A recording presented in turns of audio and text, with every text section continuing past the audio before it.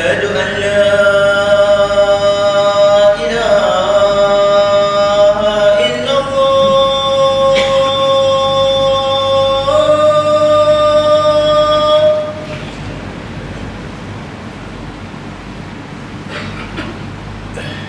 أشهد أن لا إله إلا الله.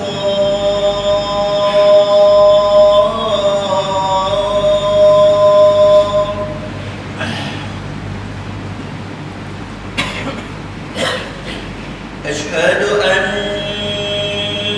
محمدا رسول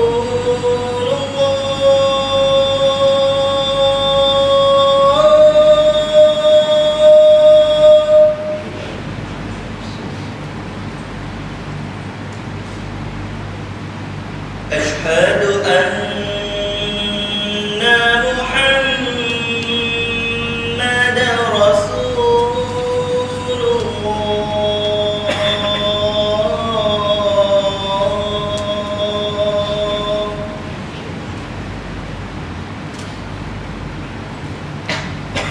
حي على الصلاة.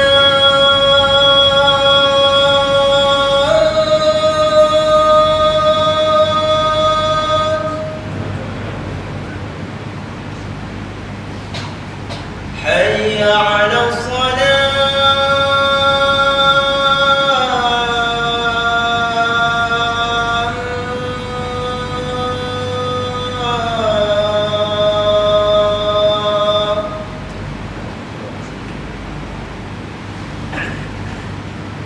حي على الفلاح.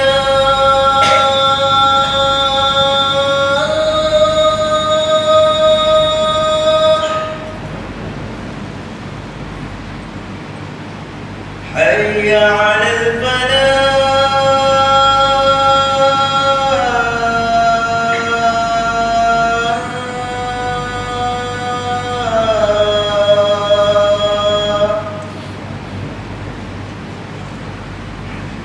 الله أكبر الله أكبر. لا إله إلا الله.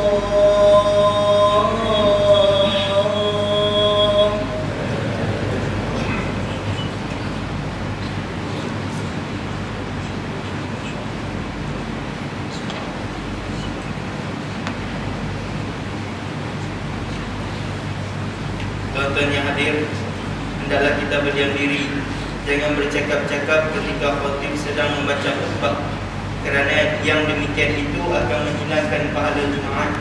Sabda Rasulullah sallallahu alaihi wasallam, "Idza qulta li sahibika yaumal jum'ah ansit wa imam yakhutub faqad la'au." Rawahu Bukhari wa Muslim dan Abi Hurairah radhiyallahu anhu. Alhamdulillah. الحمد لله الذي أخرجنا من ظلمات الوهم وأكرمنا بنور الفهم وفتح علينا بمعرفة العلم.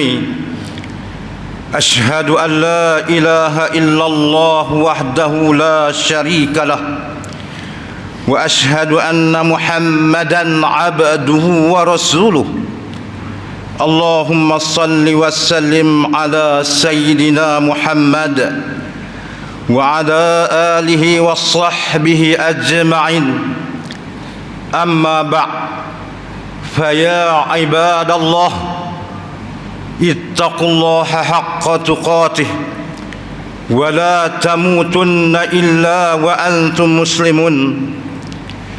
Saudara-saudaraku sidang Jumaat yang dirahmati dan dimuliakan sekalian, di kesempatan ini dan pada hari yang penuh barakah ini, saya menyeru dan berpesan kepada diri saya sendiri dan seterusnya kepada saudara-saudaraku yang hadir pada hari ini.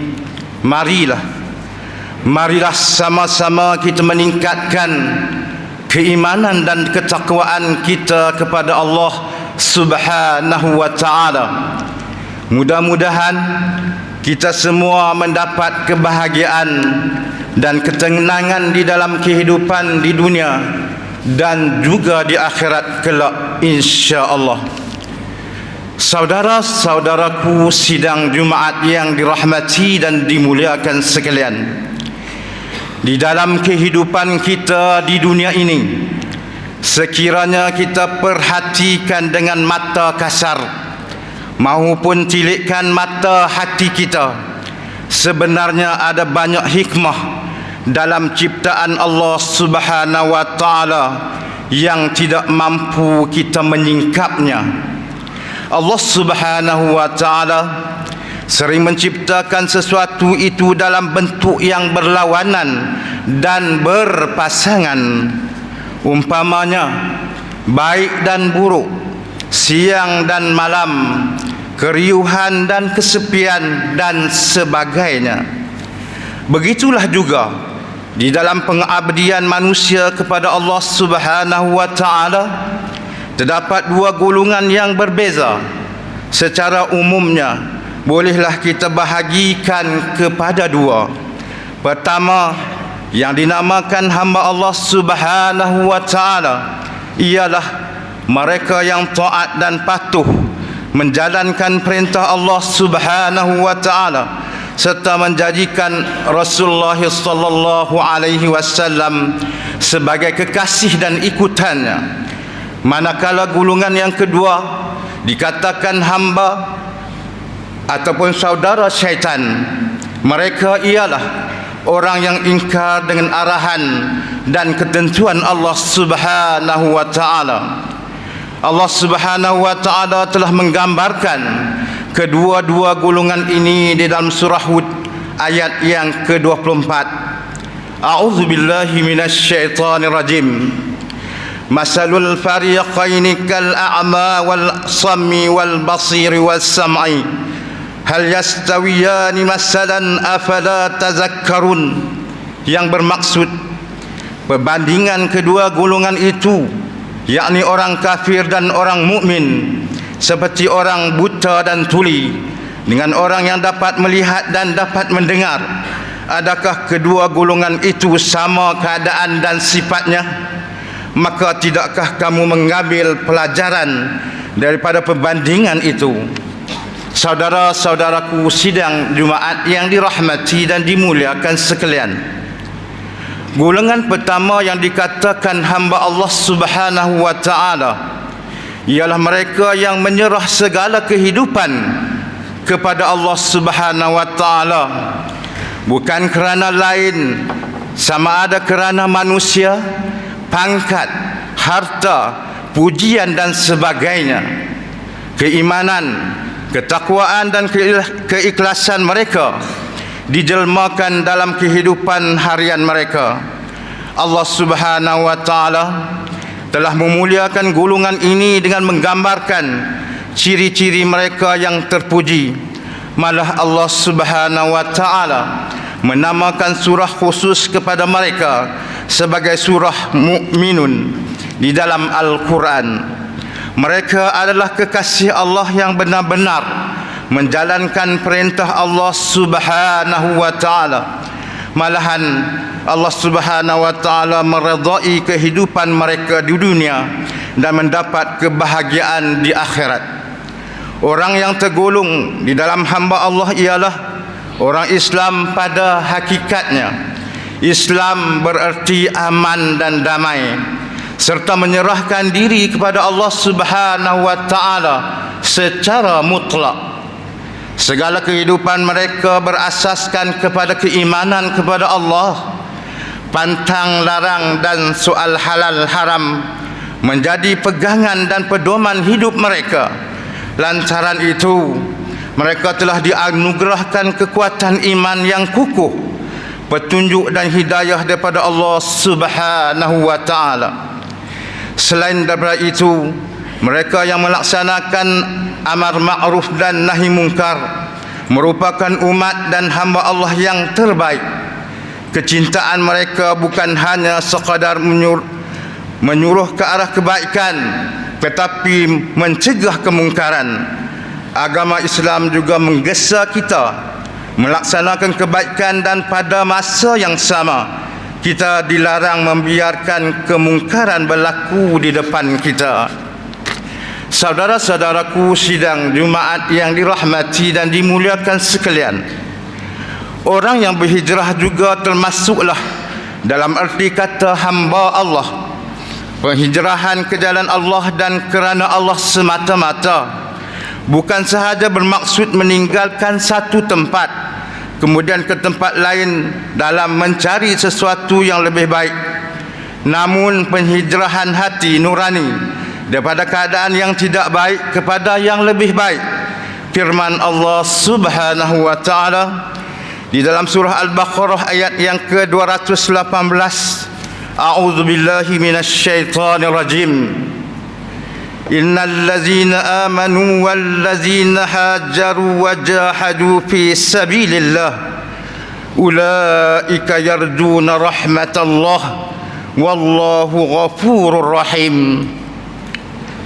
Sesungguhnya orang-orang yang beriman dan orang-orang yang berhijrah serta berjuang pada jalan Allah untuk menegakkan agama Islam, mereka itulah orang-orang yang mengharapkan rahmat Allah. Dan ingatlah, Allah Maha Pengampun lagi Maha Mengasihani.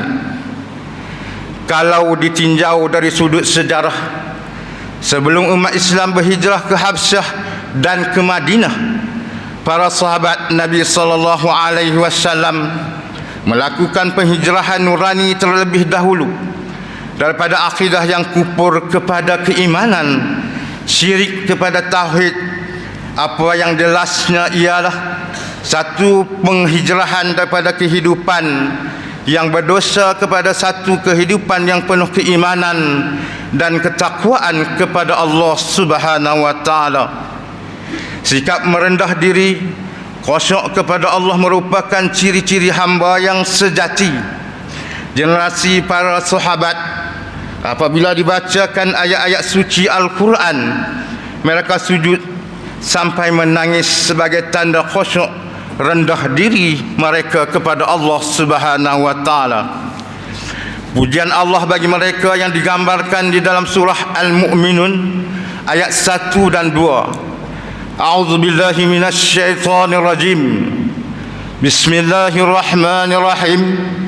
Qad aflahal mu'minuna allazina hum fi salatihim khashi'un.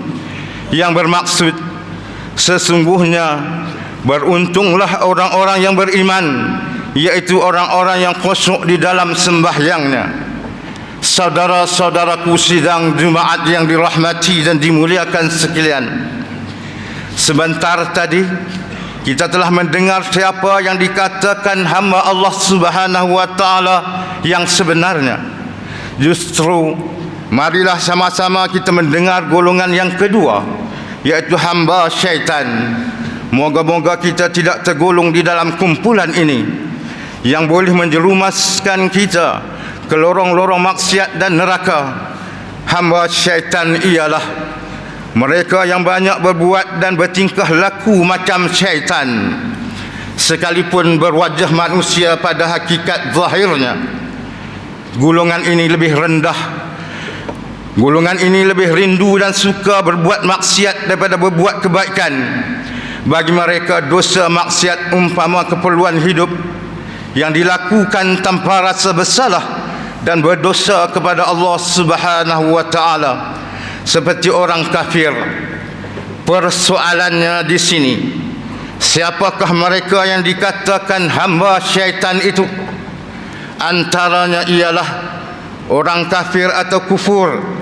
Mereka menuntut keimanan atau menolak keimanan, malah hati mereka tertutup untuk menerima kebenaran, sama ada mereka diberi peringatan ataupun tidak, sama sahaja. Sikap ini telah digambarkan oleh Allah Subhanahu wa taala di dalam surah Al-Insan ayat yang ke-27. A'udzu billahi minasyaitonir rajim. Inna haula'i yuhibbunal ajilah wa yadharuna wara'ahum yawman saqila yang bermaksud sesungguhnya mereka yakni orang kafir menyukai kehidupan dunia dan mereka tidak mempedulikan kesudahan mereka pada hari yang berat, yakni hari akhirat. Umat Islam sewajarnya berhati-hati dengan golongan kufar yang sentiasa mencari ruang untuk menghancurkan umat Islam, khususnya golongan Yahudi dan Kristian. Manakala golongan munafik juga merupakan kuncu-kuncu syaitan yang sentiasa berlegar di dalam masyarakat kita. Kumpulan ini amat berbahaya sekali kerana wajahnya manusia tetapi berjiwa nifak. Kehidupan mereka di antara beriman dan kufur menjadi duri dalam daging umat Islam. Dalam sejarah perjuangan Rasulullah sallallahu alaihi wasallam dahulu lagi, golongan ini menjadi ancaman kepada Rasulullah sallallahu alaihi wasallam. Perpaduan dan persaudaraan para sahabat pernah digoncangkan oleh golongan munafik ini. Pembinaan Masjid Dhirat merupakan kemuncak kepada sikap mereka yang sebenar. Allah Subhanahu wa taala mengecam golongan ini dengan sikap mereka yang tidak jujur dan mendolak dalik dalam urusan agama. Kebencian Allah kepada mereka cukup jelas sehingga kan Allah Subhanahu wa taala menamakan surah di dalam Al-Quran ialah surah Al-Munafiqun, yakni orang munafik. Orang munafik tidak mempunyai kekuatan dan jati diri lantaran mereka lemah dalam mengikuti kebenaran dan menentang kejahatan. Saudara-saudaraku sidang Jumaat yang dirahmati dan dimuliakan sekalian, kalimah fasik juga sering kita mendengar. Ia bermaksud seseorang yang terkeluar dari jalan kebenaran dan tidak pedulikan kebenaran kerana perintah Allah Subhanahu wa taala. Golongan fasik juga menjadi hamba syaitan lantaran mereka yang tidak memandang berat dan tidak ikut peraturan atau undang-undang Allah. Mereka lebih suka menjanggahi dan menyalahi arahan serta suluran Allah. Kehidupan mereka berpaksikan kepada kehendak nafsu salakah mereka semata-mata.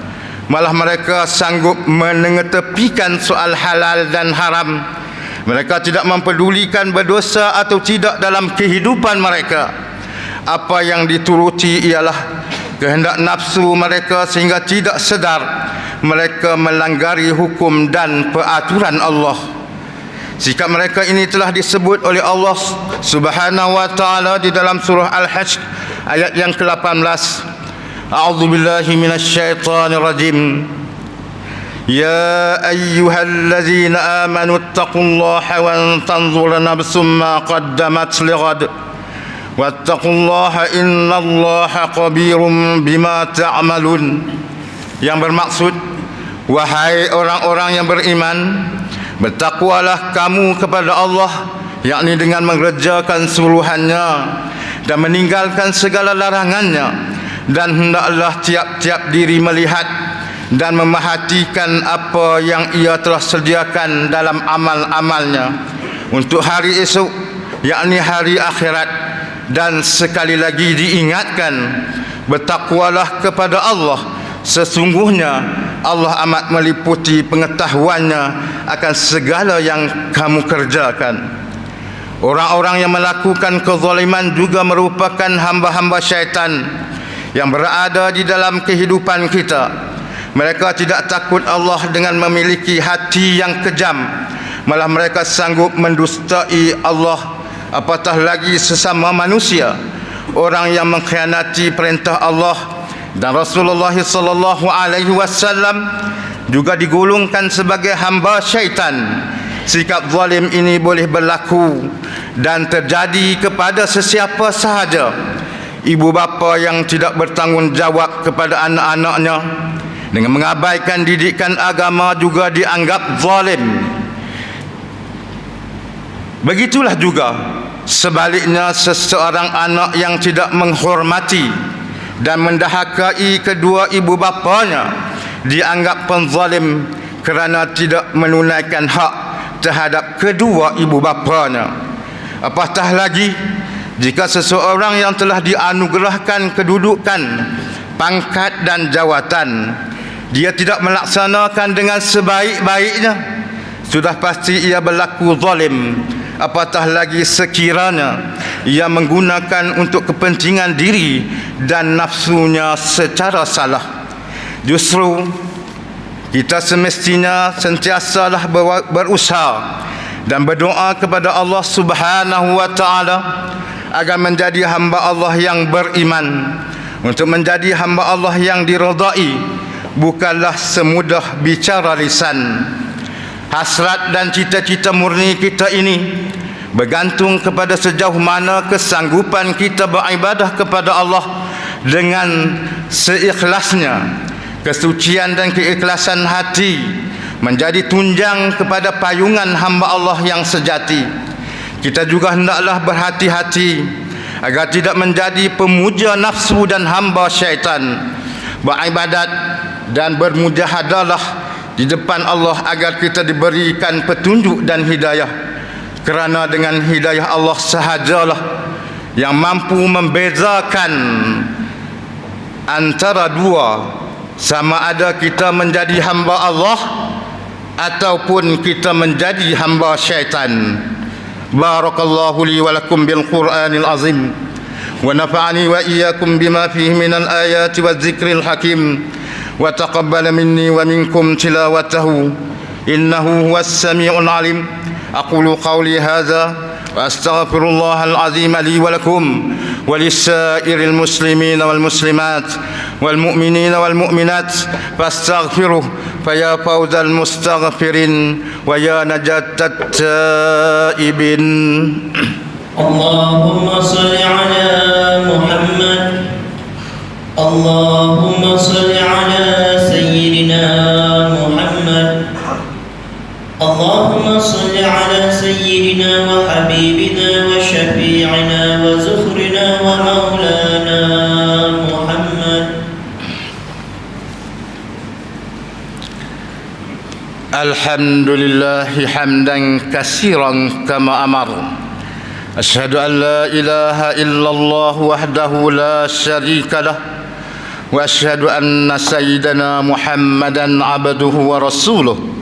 Allahumma salli wa sallim ala sayyidina Muhammadil munziri minadh dhalalah wal jahalati ila nuril haq wal imani wal huda wa ala alihi wa ashabihi alladhina hum qudwatuna wa lahumul fadlu ala jami'il ummati ila yaumil qari'ah. Amma ba' fa ya ibadallah fa inni usikum wa nafsi bittaqwallahil aliyyil azim. فاتقوا لعلكم تفلحون. اتقوا الله من سماع اللقو وفضول الخبر وانتهوا عما نهاكم عنه وزجر. فقال الله تعالى: أعوذ بالله من الشيطان الرجيم. يا أيها الذين آمنوا اتقوا الله ولتنظر نفس ما قدمت لغد واتقوا الله إن الله خبير بما تعملون.